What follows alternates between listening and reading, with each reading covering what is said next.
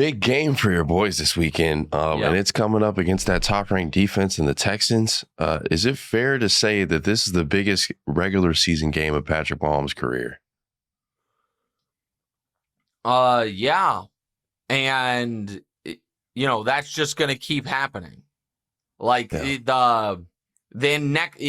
they win or lose, next week's even bigger, honestly. So if they win, then next week against the Chargers, you really have a chance to get back on your feet. So if the Chiefs win and they get to 7-6 and critically de facto pass Houston in the standings, because they'll both be 7-6, but Kelce will have the head-to-head tiebreaker, and then you play the Chargers, you have a chance, if Philly beats the Chargers, to also then draw even with the Chargers and be 8-6 with a Titans game coming up, a Raiders game is your final game of the year, and feel like, okay, we can salvage this thing. If you lose, then next week's game against the Chargers is a playoff game, and you kind of know deep down, even winning out, there's a very good chance it's not enough.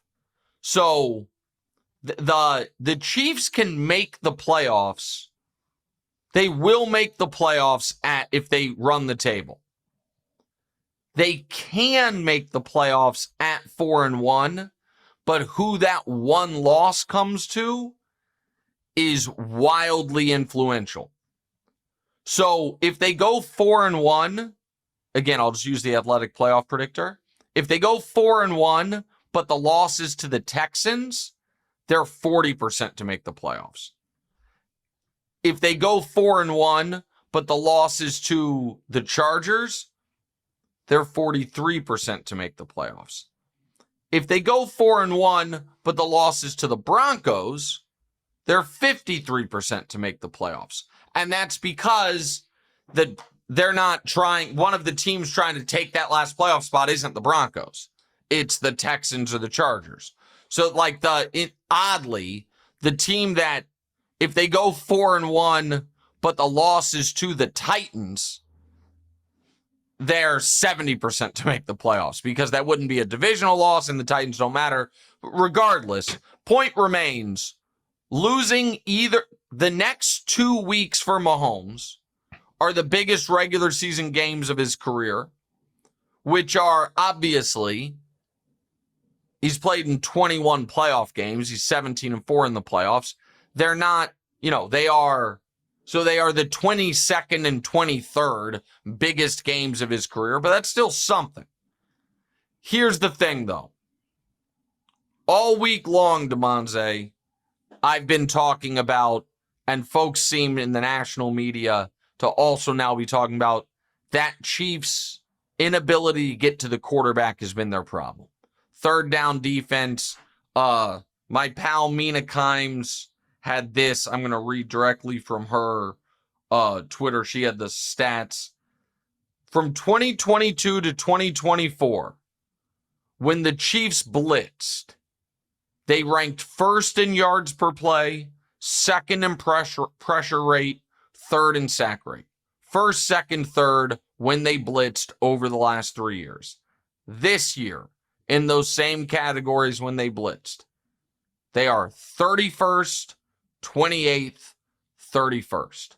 So they have gone from the best blitz team in the league to the worst blitz team in the league.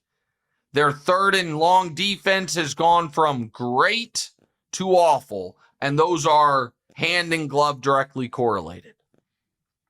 With that said, DeMonze, that's not my biggest concern for this game. My biggest concern, go ahead. It's the O-line, I imagine, with that defense coming up. Yeah. So Josh Simmons is out. He's on the IR.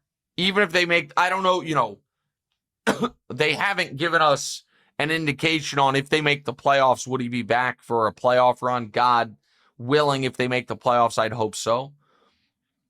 But they've dealt without Josh Simmons. Jalen Moore is not as good as Josh Simmons, but they signed him this offseason. Simmons missed that time with the family issue. They've had someone else play left tackle this year and been okay. But Jawan Taylor is also injured. He did not practice yesterday. Trey Smith is also injured. He did not practice yesterday. If Josh Simmons and your right guard and your right tackle are out against this Texans team, it is going to take one of the most brilliant Andy Reid game plans of his life and a 10 out of 10, even by his standards, Patrick Mahomes performance to be able to move the ball. And so that's what I am. That's scary. All those missing reinforcements. Now the flip side is this Texans offense has been really a mess all year. And this is an opportunity for Spags and that defense to cook a bit. But this would be my number 32 draft pick of teams I would want to face with the offensive line in this shape. Yeah. And Wanya Morris has just been so problematic his whole career. Now listen, he's your third string left tackle. Nobody has a good third string left tackle. But man, that's my concern. Is it fair to say that you need the running backs to kind of step up in this game? I know, yes. Yes. You're right. But the running backs though need good blocking too. But this is a game where you would love if you could hand the ball off 35 times. Right. You would love it. I don't know that the Texans defense is just so good. And so, I'm concerned. Now, hopefully, Arrowhead Sunday night, that crowd helps the defense. But I need to see the Thursday and Friday practice reports before I can because they can deal without Josh Simmons. It won't be great, but they can deal with it. No Josh Simmons and no Jawan Taylor and no Trey Smith. That might be a bridge too far against this defense. All right, you know what? Let's get to Eagles Chargers, DeMonze. So as we talked about a little bit before, we know that your Chiefs need a little bit of help from some other teams to make this playoff push a little bit easier to get to. So the Eagles are playing the Chargers, and Justin Herbert's got a hand injury. I think he just got surgery, so he's day to day. So how's it going to feel this weekend when you're rooting for the Eagles? It's going to feel weird, man. I don't even know,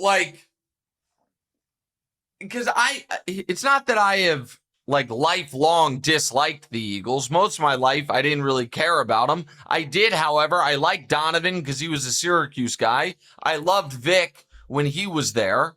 I did root for them in the Super Bowl against Brady just because it was fun seeing what Nick Foles was doing. But now they are, you play my team in a couple Super Bowls, your fans regularly accost me on the street.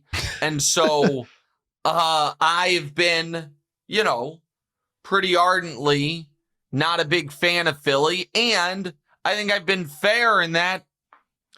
I mean, their team goes 3-and-out more than any team in the NFL the last decade.